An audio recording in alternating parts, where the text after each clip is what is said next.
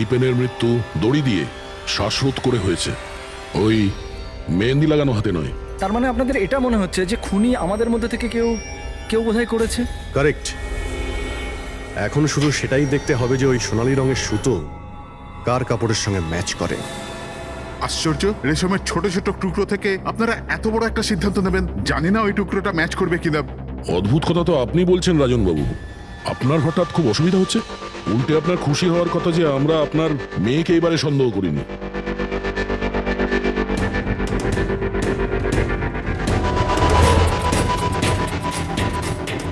Sir, এই সোনালী সুতোটা রাজেনের পাঞ্জাবির সাথে ম্যাচ করে। স্যার এই দেখুন, সুতোটা এইখান থেকে ছিঁড়েছে।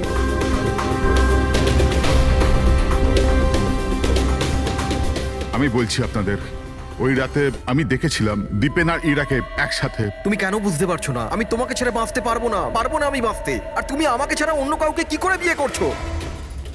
যখন আমি নিচে পৌঁছলাম তো ওরা দুজন চলে গিয়েছিল, আর দীপেনের ঠিকানা ইরার পুরনো চিঠি থেকে আমি পেলাম। তারপরে আমরা ওর পুরনো বাড়িতে গেলাম।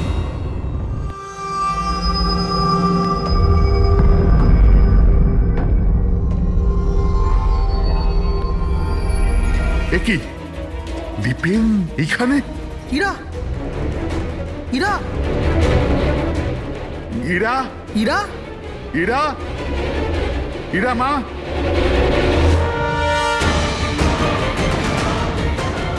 বাবা, এই দেখো, দীপেন ওর ফোনে ওর মৃত্যুর কারণ লিখেছে। কি লিখেছে এখানে?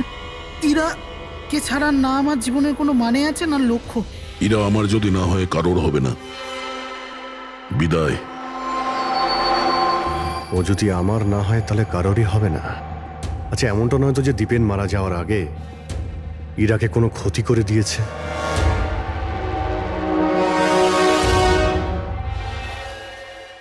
হ্যাঁ পঙ্কজ, হ্যাঁ, দীপেনের বোন শালিনীর মোবাইল ফোন ট্র্যাক হয়ে গেছে।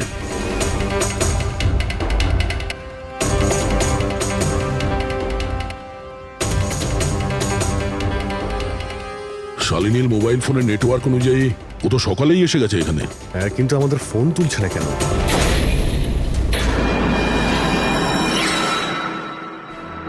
ব্লাস্ট। শালিনী, শালিনী, শালিনী, শালিনী, শালিনী, শালিনী।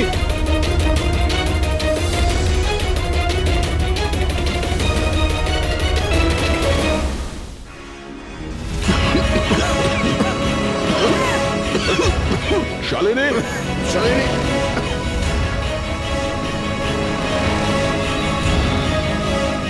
শালিনী, শালিনী।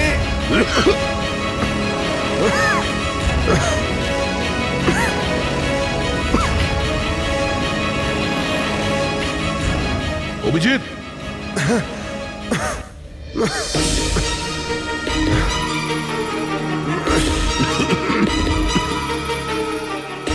অভিজিৎ সাবধানে। কে ওখানে?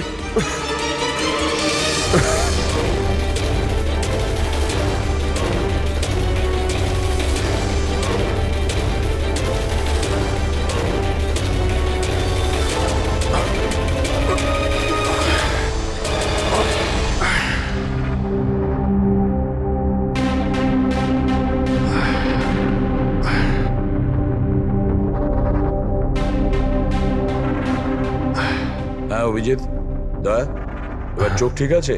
হ্যাঁ স্যার, ঠিক আছে। এটা তো ভালো হয়েছে স্যার আমরা ওই বিষাক্ত গ্যাসে বেশিক্ষণ থাকিনি। কিন্তু স্যার, শালিনী আর ইরার অবস্থা খুব একটা ভালো নয়। ডক্টর ওদের দেখছে। কোন বিষাক্ত গ্যাস ছিল ওখানে? স্যার সেটা তো জানি না, কিন্তু আমার মনে হচ্ছে টাইম স্মোক বোম ছিল ওখানে। এই দীপেন স্যার পুরো প্ল্যান করে রেখেছিল। আত্মহত্যার পরে ও ইরাকে ওর রাস্তা থেকে সরাতে চেয়েছিল। হ্যাঁ স্যার, ও তো সুইসাইড নোটে লিখেও ছিল যে ইরা যদি ওর না হয় কারোর হবে না। স্যার, হ্যাঁ ডক্টর, ইরা কেমন আছে? স্যার ও এখন আউট অফ ডেঞ্জার, কিন্তু ওর এখনো জ্ঞান ফেরেনি। আচ্ছা, আর Shalini? I am sorry sir, আমরা ওকে বাঁচাতে পারিনি।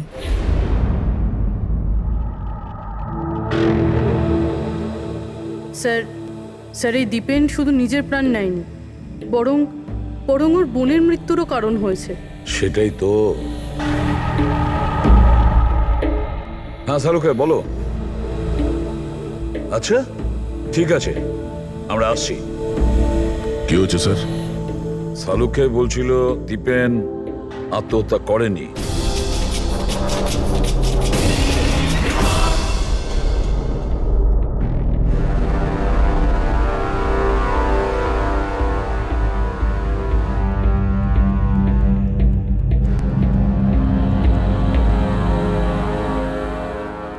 আরে বলে ফেলো না শালুকে, একবার ফাইনালি বলে দাও দীপেন আত্মহত্যা করেছে নাকি ওকে খুন করা হয়েছে। বস আমি জানি যে তোমরা খুবই বিরক্ত হচ্ছ, তোমাদের মনে হচ্ছে শালুকে কোনো কথাই বলছে না। কখনো বলছে ইরা দীপেনকে হত্যা করেছে, কখনো বলছে যে দীপেনের হত্যা ইরা করেইনি, কখনো বলছে দীপেন আত্মহত্যা করেছে, কখন বলছে দীপেন আত্মহত্যা করেনি। কিন্তু আমি কি করব ভাই, এই কেসটার সূত্র খুব অল্প অল্প করে আসছে। আরে স্যার, যে প্রমাণ পেয়েছেন সেটা নিয়ে কিছু বলুন না। দেখো বস, যখন কোনো মানুষকে ফাঁসির দড়িতে ঝোলানো হয় আর যখন দড়িটায় টান পড়ে তখন ওর শ্বাস বন্ধ হতে থাকে, আর তখন সে শ্বাস নেওয়ার জন্য ছটফট করে, তার ঘাড়টা নড়তে থাকে, আর ঘাড় নড়ার কারণে ফাঁসটা চেপে বসে, আর ওর ঘাড়ের ঠিক পেছন দিকে ওই ফাঁসির দড়ির গিঁটের চিহ্নটা দেখা যায়।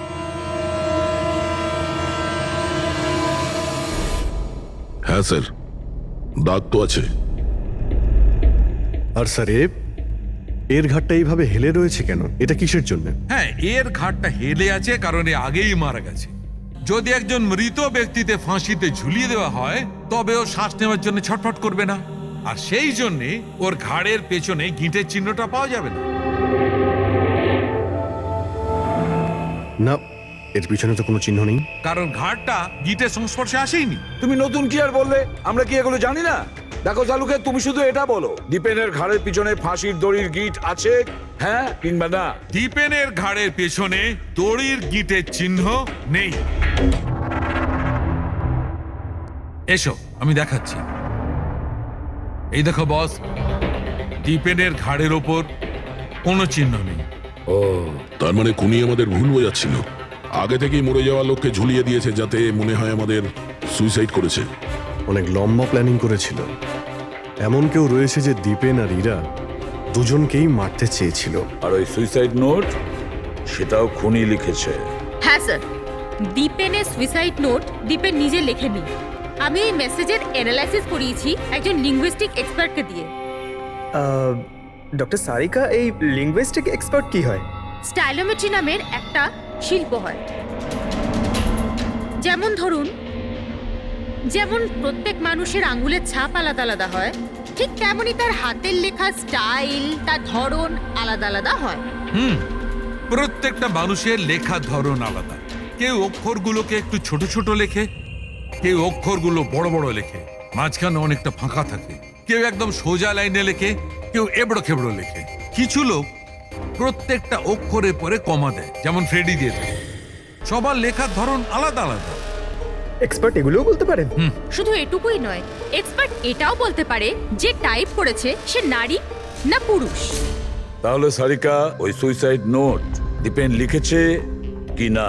না স্যার, আমি দীপেন আর ইরা দুজনের ফোনসে চেক করেছি, তো আমি একজনের সম্পর্কে জানতে পেরেছি যার লেখার ধরন এক্স্যাক্টলি সুইসাইড নোটের সঙ্গে ম্যাচ করছে। এই যে সেই মেসেজ, এই মেসেজেও সুইসাইড নোটের মতো প্রত্যেকটা সেন্টেন্সের মাঝে 3টে ডট আছে। প্রত্যেকটা সেন্টেন্স শর্ট আর ক্রিস্প, আর প্রত্যেকটা মেসেজ হয় গুড বাই না হলে বিদায় লিখে শেষ করা হয়েছে। যেভাবে ওই সুইসাইড মেসেজে বিদায় লেখা হয়েছিল, এখানে গুড বাই লেখা হয়েছে। আচ্ছা, তার মানে হলো আমরা সেই খুনিকে খুঁজে পেয়েছি।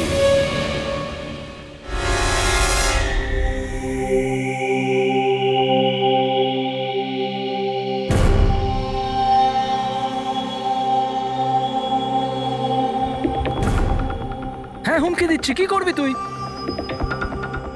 সিআইডির সামনে কাউকে হুমকি দেওয়া ভালো কথা নয়। কিন্তু আমি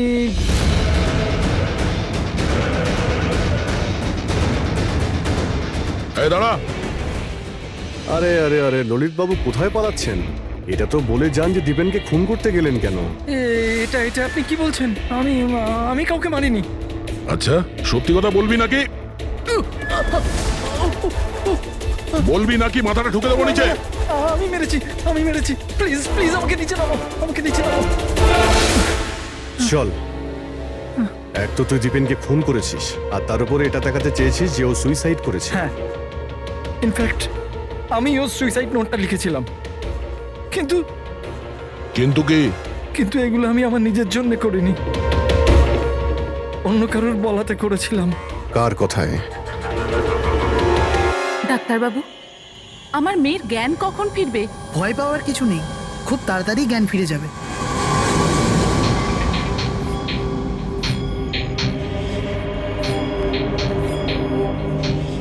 ললিত,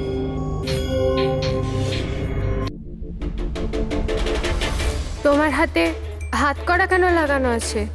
আসামির হাতে হাত করা থাকবে না তো কি থাকবে বলুন তো? অপরাধী? হ্যাঁ, এই অপরাধী নিজের অপরাধ স্বীকার করেছে ললিত। দীপেনকে এই মেরেছে।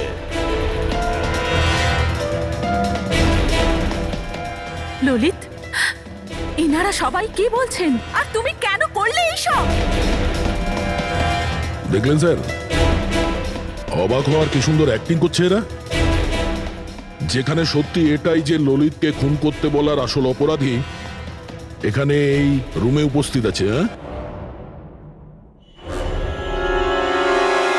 এটা আপনি কি বলছেন? এখানে আমার মেয়ে জীবন মৃত্যুর সঙ্গে লড়াই করছে, আর আপনি উল্টে আমাদেরই দোষী করছেন। না, এই জীবন আর মৃত্যুর মাঝখানে ঝুলছে না, এ সত্যি আর মিথ্যের মধ্যে ঝুলছে। ও জ্ঞান হারায়নি, সব ড্রামা করছে। কি?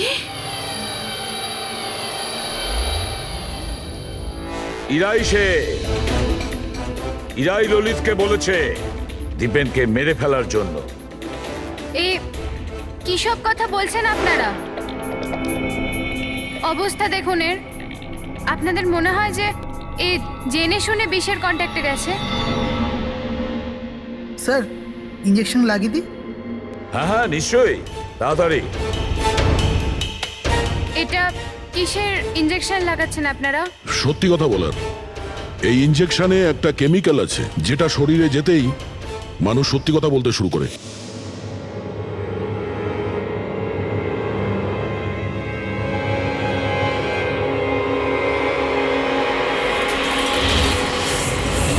না, শুনুন। ইরা, ইরা, আরে রে কোথায় যাচ্ছ? দাঁড়াও। ইরা থামো, ইরা।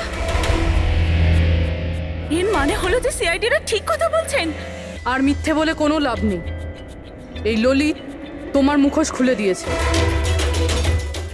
এটা কি করলে ললিত? নিজে ফাঁসছিলে, তার সাথে সাথে আমাকেও ফাঁসিয়ে দিলে। এরা এই প্রতিজ্ঞাটাই তো আমরা করেছিলাম ভালোবেসে, যে আমরা একসাথে বাঁচবো আর একসাথে মরবো। কি তোমরা দুজন একে অপরকে ভালোবাসো? এসব কবে? ইরা, তুই তো দীপেনকে ভালোবাসিস। হ্যাঁ, ও চাইতো, কিন্তু হঠাৎ করে ললিতকে ভালোবেসে ফেলে, আর এই সব কিছু করেছে ও নিজের বিয়ে ভাঙার জন্য। কিন্তু ভাগ্যক্রমে ইরার কাছে শালিনীর কল আসে যে দীপেন ইরার বিয়ে আটকাতে এসছে। আর ইরা খুব বড় প্ল্যান করেছিল। দীপেনের কাঁধে বন্দুক রেখে ও গুলি চালাতে চেয়েছিল। আর আমরা ভেবেছিলাম যে প্রথমে আমরা দীপেনকে মেরে দেবো।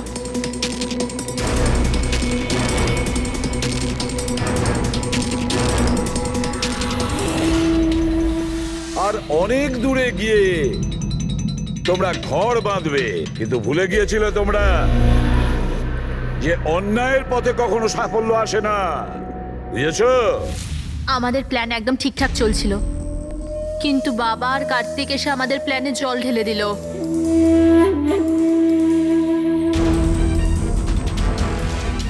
আর তারপর আমাদের একটা নতুন প্ল্যান বানাতে হলো। আর ওই নতুন প্ল্যানেও আমার মরার অ্যাঙ্গেলটা ছিলই। বোমের ব্যবস্থা হয়ে গেছে। তুমি বোম ঠিক করে চেক করেছো তো? হ্যাঁ হ্যাঁ, করে নিয়েছি। কিছুক্ষণের মধ্যে বোম ফেটে যাবে। আর লাশের বন্দোবস্ত করেছো? হ্যাঁ, অসুবিধা ছিল, কিন্তু কিছু টাকা দিয়ে ওই লাশটাও পেয়ে গেছি। ব্যাস, তাহলে হয়ে গেছে কাজ। আমি লাশকে আবার নিজের জামা কাপড় পরিয়ে দেবো, আর যখনই বোম ফাটবে তখন সবার মনে হবে যে দীপেনের সাথে সাথে আমিও মরে গেছি। আচ্ছা, আমি বোমটা চেক করেছি। ওকে,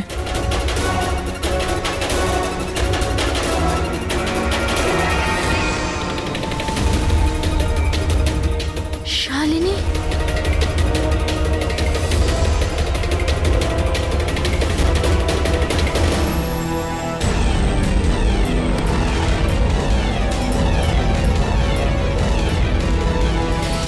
আর সেই কারণে তুমি শালিনীকে মেরে ফেলেছো। তো আর কি করতাম? সব দেখে নিয়েছিল, কোনো উপায় ছিল না।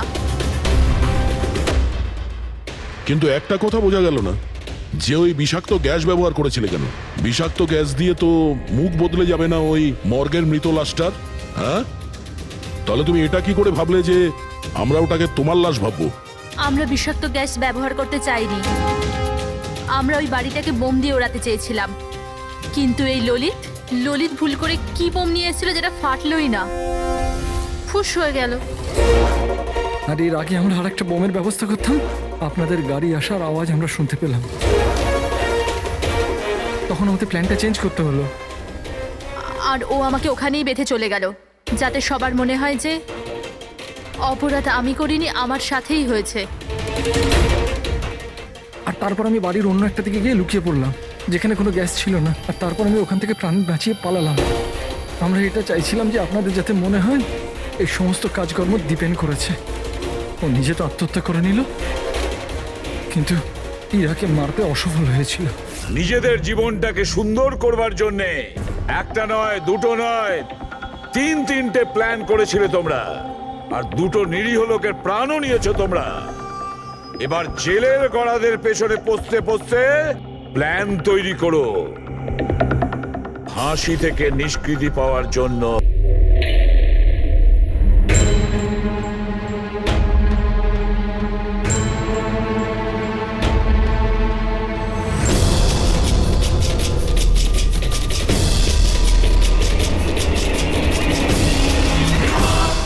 কার্তিক বাবা, তোমার বোনের বিয়ের প্রস্তুতি চলছে, কোনো বিষয় কোনো ধরনের যেন খামতি না থাকে। আরে তুমি কোনো টেনশন নিও না, আমি আছি তো, করে নেব।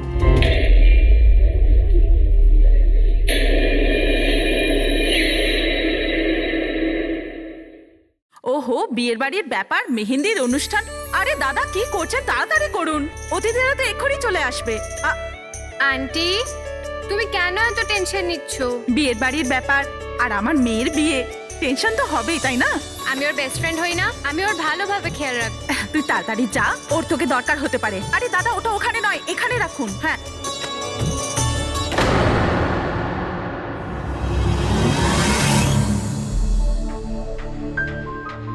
ইরা, কোথায় হারিয়ে গেছিস? হ্যাঁ, চল, অনেক কাজ বাকি।